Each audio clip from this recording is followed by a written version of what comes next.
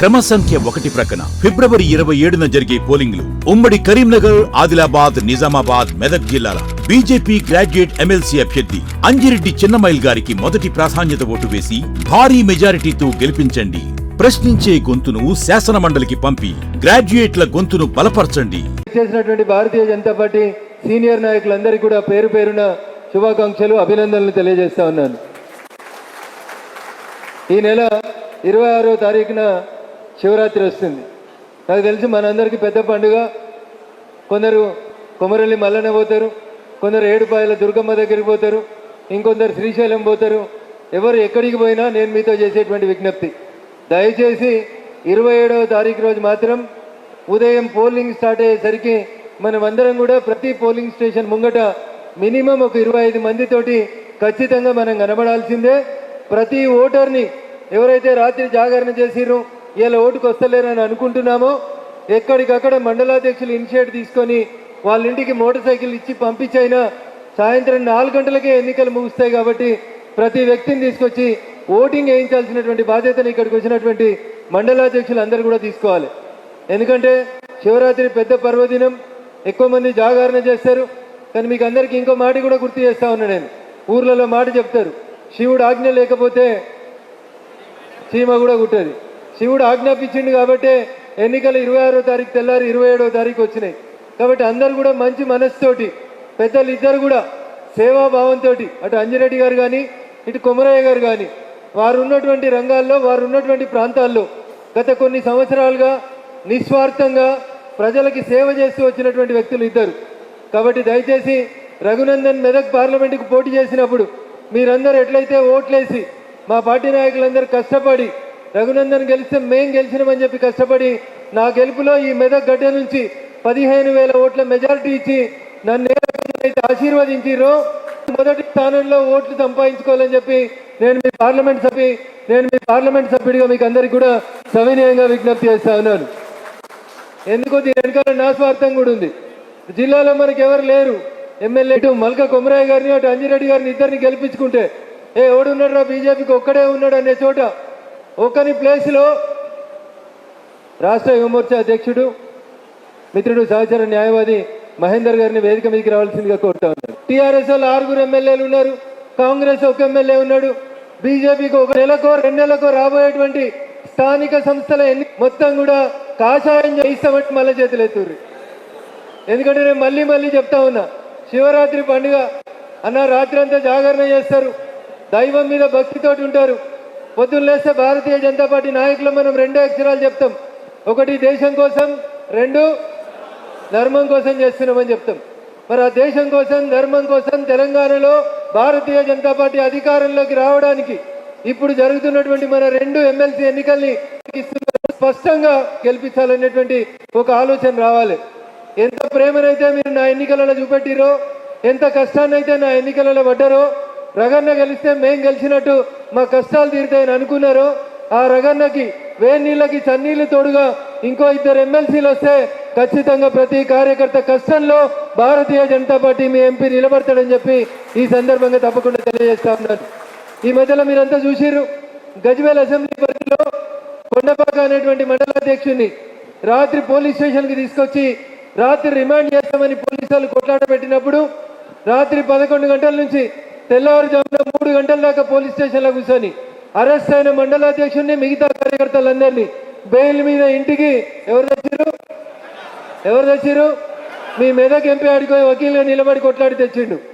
మెదక్లో కూడా నేను ఎంపీగా గెలిచిన తర్వాత ఒక దురదృష్టకరమైనటువంటి సంఘటన జరిగింది.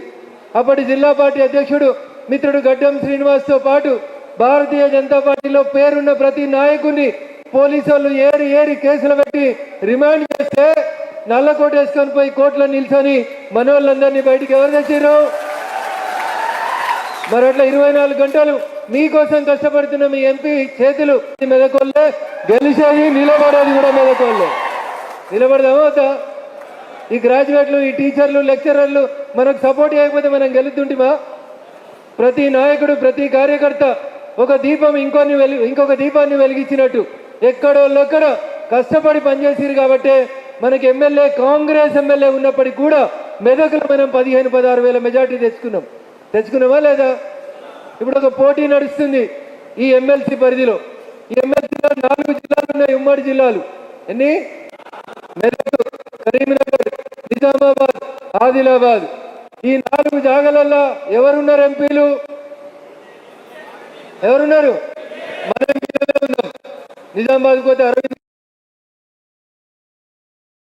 అంజిరెడ్డి గారి కోసం, గౌరవనీయులు మల్కా కొమరయ్య గారి కోసం అందరం కూడా అంతే నిష్ఠతో అంతే ఓపికతోటి పనిచేసి పార్టీ అభ్యర్థుల గెలుపు కోసం కృషి చేయాలని చెప్పి నేను మీ అందరికీ కూడా సవినయంగా విజ్ఞప్తి చేస్తూ, గౌరవనీయులు పెద్దలు కిషన్ రెడ్డి గారి నాయకత్వంలో ఈ రాష్ట్రంలో గెలిచిన 8 మంది ఎమ్మెల్యేలం, 8 మంది ఎంపీలం, ఒక ఎమ్మెల్సీ గారు, ఒక రాజ్యసభ సభ్యుడు, మా అందరినీ కూడా కిషన్ రెడ్డి గారు తీసుకుపోయి మనందరి ప్రియతమ నాయకుడు, ప్రపంచం గర్వించదగ్గ గొప్ప నాయకుడు గౌరవనీయులు నరేంద్ర మోడీ గారి ముందు 1 గంట సేపు మాకు మాట్లాడుకునేటువంటి అవకాశాన్ని కల్పించారు.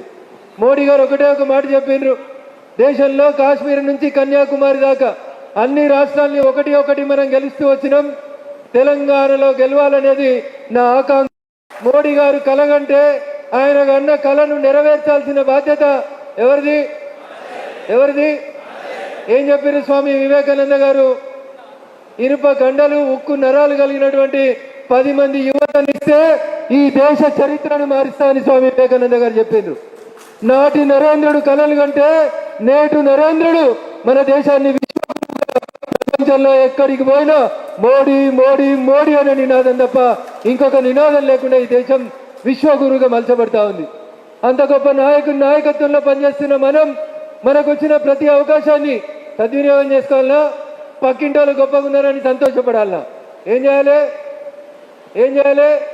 నేను మెదక్ ఎన్నికల ప్రచారంలో ఒక మాట చెప్పిన మీకు, మెదక్లో ఎంపీ గెలవకపోతే మీరు ఫోటో దిగాలంటే ఆడుకోవాలి, పోయి సికింద్రాబాద్ ఎంపీ గారిని సార్ మేము మెదక్కి వచ్చినాం ఒక ఫోటో దిగుతాం సార్ అని బతిలాడుకోవాలి, లేకపోతే కరీంనగర్ ఎంపీ దగ్గరికి పోయి బతిలాడుకోవాలి, లేకపోతే నిజామాబాద్ ఎంపీ దగ్గరికి పోయి బతిలాడుకోవాలి. మీ పిల్లలు మీకుంటే బాగుంటుందా, పక్కింటే పిల్లల్ని ముద్దాడితే బాగుంటుందా ఒకసారి ఆలోచించమని చెప్పిన.